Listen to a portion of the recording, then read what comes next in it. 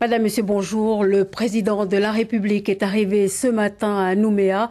Le premier temps fort de sa visite officielle a été en fin de matinée la cérémonie au monument aux morts, place Bir Hakeim, où le chef de l'État a rendu un vibrant hommage au bataillon du Pacifique. Mais en première partie de son allocution prononcée devant environ 1 millier de personnes, le président de la République est revenu sur les événements tragiques de marée du 6 août dernier et il a lancé un appel au dialogue. Nous l'écoutons. Mes premières pensées vont aux 4 familles qui, depuis ce 6 août, pleurent un frère, un cousin, un neveu, un ami. Je veux le dire avec gravité, rien ne justifie la mort de 4 personnes dans de pareilles circonstances. La Nouvelle-Calédonie est un exemple de paix, de dialogue, de respect des différences. Elle a payé déjà un prix trop important pour ses divisions intestines.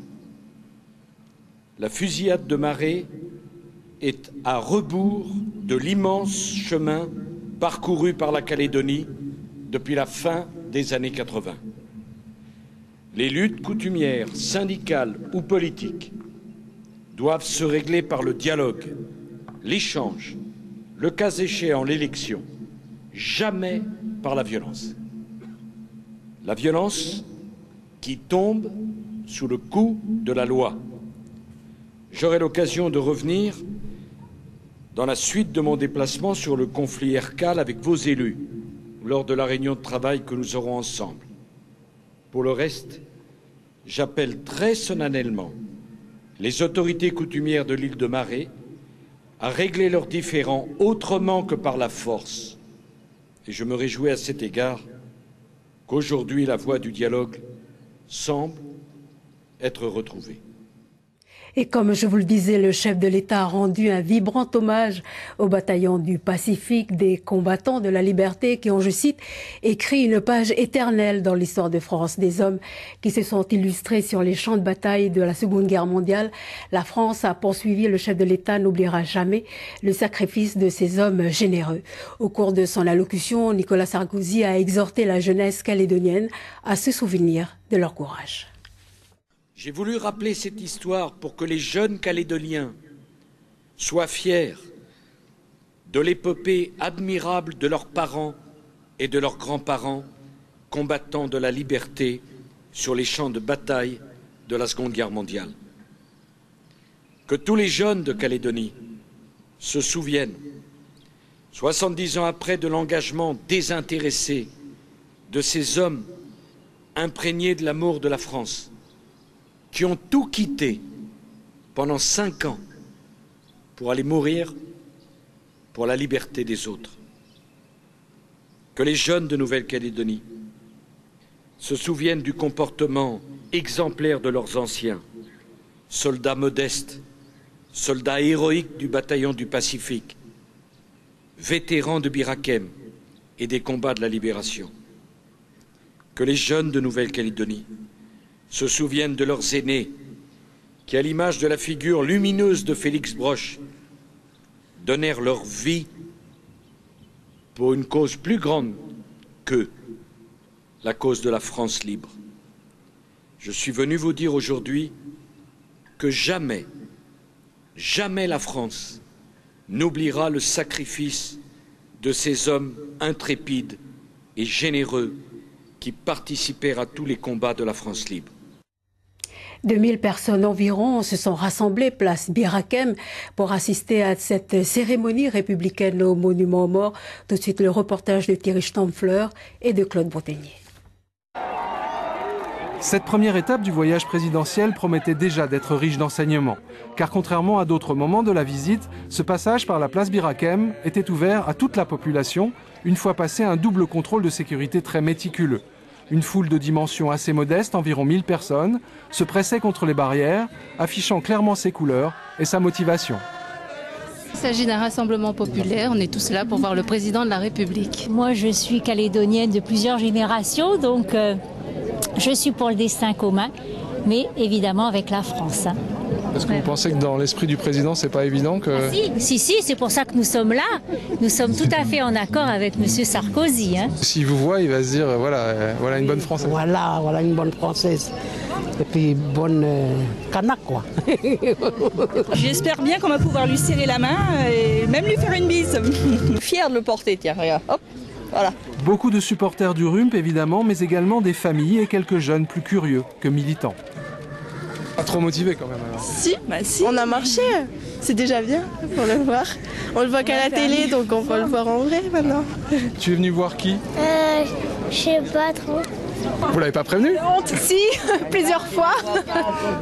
Alors Thomas? Il imprime pas, Sarkozy ça rentre pas. Non, il est petit encore, il a 5 ans. De le voir là chez nous à Nouméa, là, puis de le voir en réalité surtout, quoi. Avec un discours patriotique et faisant également référence au drame de Marais, le président n'a pas laissé indifférent ses supporters. Très beau discours qui a rappelé l'histoire des Calédoniens dans la France. Très fier. Merci beaucoup. Il n'est pas peureux, on va dire. Hein. Il approche tout le monde. Je vois pas ce qu'il aurait à craindre, tout qu'on le fait. Hein. C'est pas mal, c'est bien, il y a du monde. C'est super de voir un président venir nous voir jusque-là, donc on est ravis. Donc voilà, c'est une belle fête et puis partagée par tout le monde, donc je crois que c'est ce qui est important. Et puis, faible mobilisation, mais drapeau géant au rassemblement du collectif pour un drapeau commun. Un peu moins d'une centaine de personnes a manifesté ce matin au kiosque à musique de la place des Cocotiers. La cause du collectif ne rassemble visiblement pas les foules. À défaut d'être nombreux, les partisans du drapeau commun en ont déployé un géant sur la face de l'immeuble Foch. Le reportage d'Olivier Jeunemann et de Christian Favnek.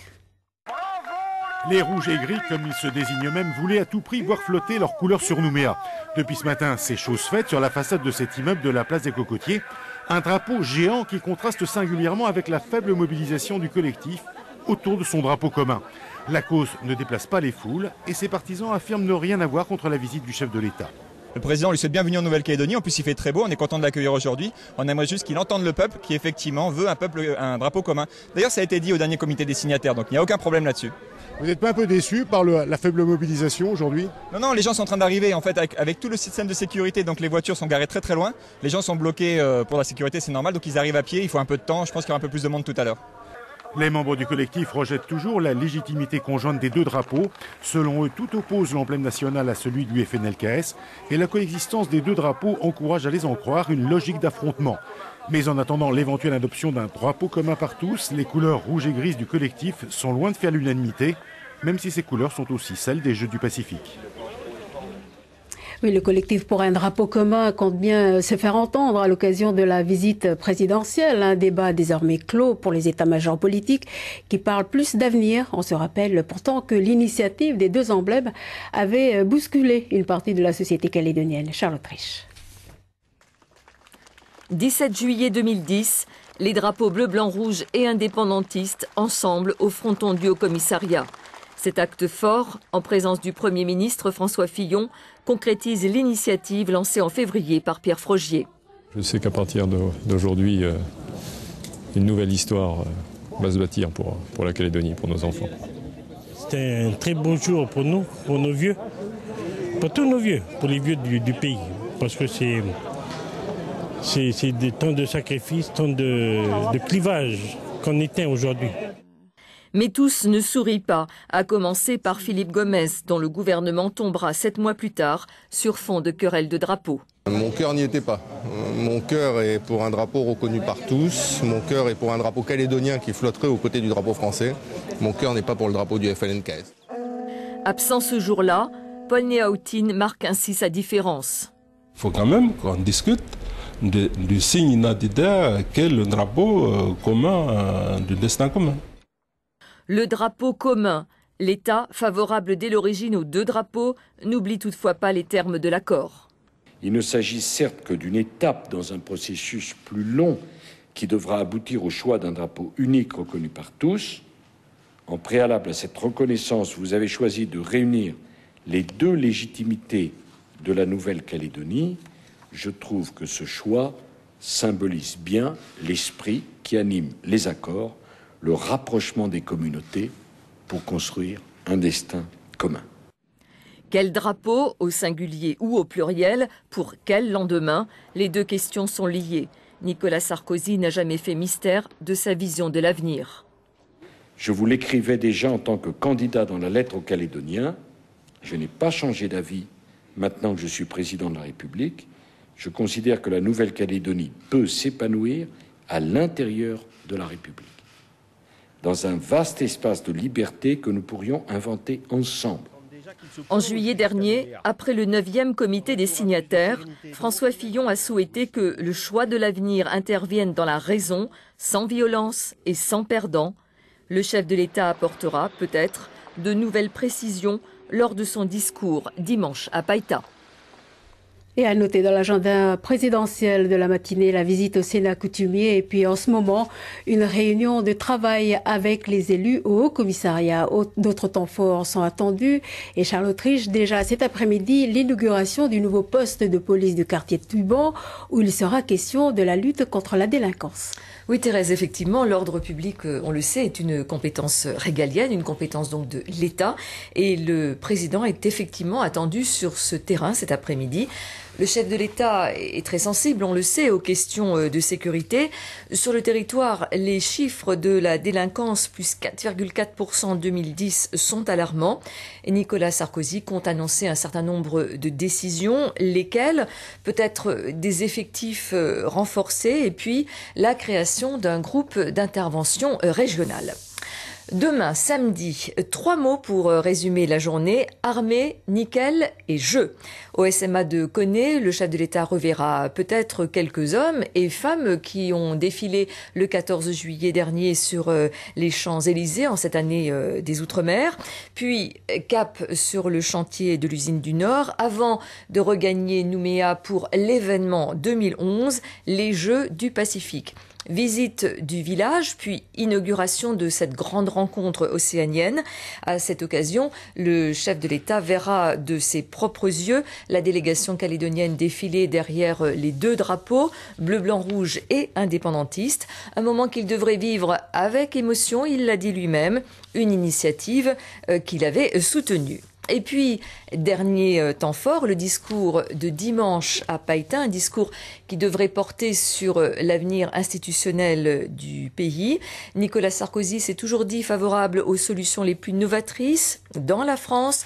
Sera-t-il plus précis? Difficile à dire au moment où le comité de pilotage sur l'avenir institutionnel doit commencer les discussions. Charles Autriche, merci. Merci. En marge de cette visite présidentielle, le syndicat CSTNC a maintenu sa mobilisation malgré l'annonce de la désolidarisation de l'intersyndicale contre la vie chère. Le syndicat n'entend pas relâcher la pression jusqu'à la signature d'un accord économique et social réclamé depuis le mois de mai. Ce matin, 300 personnes ont entamé une marche dès 8h30 au départ de la maison des syndicats. Après un stop au rond-point Berthelot, les manifestants n'ont pas été autorisés à faire le tour du Carrefour Patch. La CSTNC a attendu demain au Haut-Commissariat. Voilà des images signées Judith Rostin. Et puis en bref, à noter que les vols d'Air Calédonie sont perturbés en raison de la visite présidentielle et de plusieurs pannes. Pour plus d'informations, vous pouvez appeler le 25 64 54, le 25 64 54. Voilà, c'est la fin de ce journal. Merci de l'avoir suivi. Bon après-midi à tous et à ce soir, 19h30.